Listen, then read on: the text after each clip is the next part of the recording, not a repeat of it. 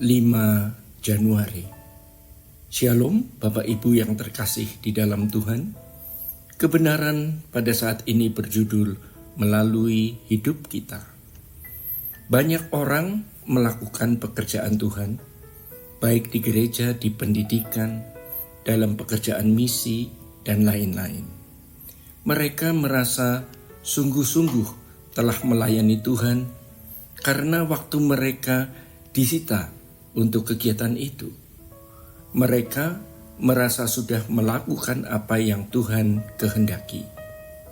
Padahal lebih dari segala kegiatan dan kesibukan dalam pekerjaan gerejawi seperti penggembalaan, sekolah, misi, atau apapun, Tuhan ingin agar perasaannya kita kenakan dan kita terjemahkan dalam perbuatan. Tuhan mengasihi jiwa-jiwa. Tuhan mau menyentuh jiwa-jiwa, dan untuk itu Tuhan menjadikan kita sebagai alat, sebagai bejana atau saluran untuk menjamah mereka. Kalau bicara mengenai kegiatan gereja yang sama dengan kegiatan keagamaan, sejatinya dalam banyak agama, orang-orang di luar orang Kristen pun memiliki kegiatan semacam itu. Mereka mendedikasikan waktu dan uang mereka untuk kegiatan keagamaan itu. Lalu apa bedanya dengan kita? Benar-benar menyedihkan ya.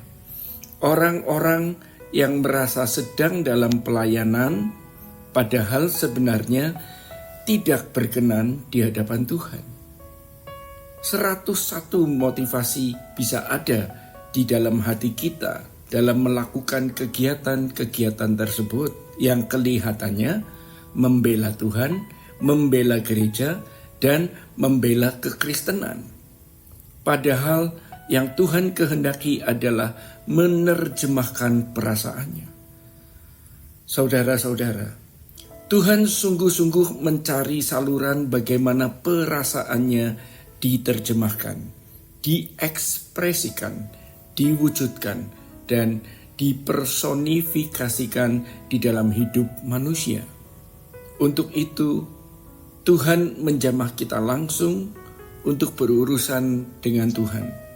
Kita yang sudah mengenal Allah dalam doa, dalam persekutuan dengan Tuhan, sehingga kita bisa merasakan kasih-Nya. Tetapi banyak orang yang belum tentu mempercayai Tuhan itu ada. Belum tentu yakin bahwa Yesus itu juru selamat. Lalu bagaimana Allah bisa menyentuh mereka? Atau dengan kalimat lain, bagaimana mereka bisa menemukan Allah? Jawabnya adalah melalui hidup kita. Kita bisa bersentuhan dengan Allah jika kita yang mencarinya. Walaupun tentu tidak semua, tergantung seberapa panjang kita telah belajar mengenal Allah, menangkap frekuensi kehadirannya, dan merasakan Tuhan. Tetapi mereka tidak tahu. Juga banyak orang muda tidak tahu ada Allah yang hidup, dan Yesus adalah benar-benar juru selamat. Maka kesempatan ini harus diwakili oleh orang-orang yang memiliki kasih yang tulus. Jadi kita bisa mewakili Tuhan dimanapun kita berada, seperti di rumah, di tempat pekerjaan, di dalam pergaulan, ya, sehingga mereka bisa menemukan Allah. Walaupun tentu bagi mereka yang sudah bengkok dan jahat, maksudnya yaitu mereka yang sudah mungkin nyaris tidak bisa diselamatkan atau memang sudah tidak bisa diselamatkan, tidak akan menangkap kehadiran Tuhan dalam hidup kita. Untuk orang-orang seperti ini, kita tidak usah paksa, ya. Tetapi mereka yang masih bisa diselamatkan akan dilawat Tuhan melalui dan di dalam hidup kita. Kita sekarang harus mematikan daging kita, agar perasaan Tuhan saja yang mengalir. Kadang-kadang orang tidak tahu dan tidak bisa mengerti, dan kita seperti sedang mencari masalah. Kita tidak usah jelaskan kepada orang yang tidak bisa dijelaskan. Suatu hari, bagi mereka yang tidak berkurban, yang tidak mengabdi kepada Tuhan, yang selalu sibuk dengan diri sendiri, pasti akan menyesal. Kita tidak pernah berhenti dengan kesibukan diri sendiri. Kenapa kita tidak sibuk dengan rencana Allah, kehendak Allah dalam hidup kita? Banyak pekerjaan yang Tuhan sediakan bagi kita. Kalau kita mau, kita hadir sebagai wakil Tuhan. Kita bukan mau membela yang namanya Rehoboth Ministry atau Sinode GSKI.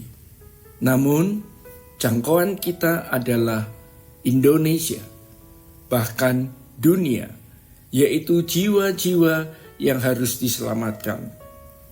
Kalau dulu kita masih memiliki unsur prestis, gereja besar dan bagus, jumlah jemaat yang banyak, sekarang kita tidak mencari prestis itu lagi. Tetapi lebih dari pekerjaan gereja, milikilah pikiran perasaan Kristus. Banyak kegiatan gereja, kegiatan organisasi Kristen yang hanya untuk mencari nafkah, harga diri, dan uang. Ini sangat menyedihkan, ya. Ingat, kita akan menghadap tahta pengadilan Tuhan untuk mempertanggungjawabkan apa yang kita lakukan selama hidup di bumi ini. Jadi, mengapa kita tidak rindu Tuhan? Adalah karena kita masih belum melepaskan apa yang seharusnya kita lepaskan.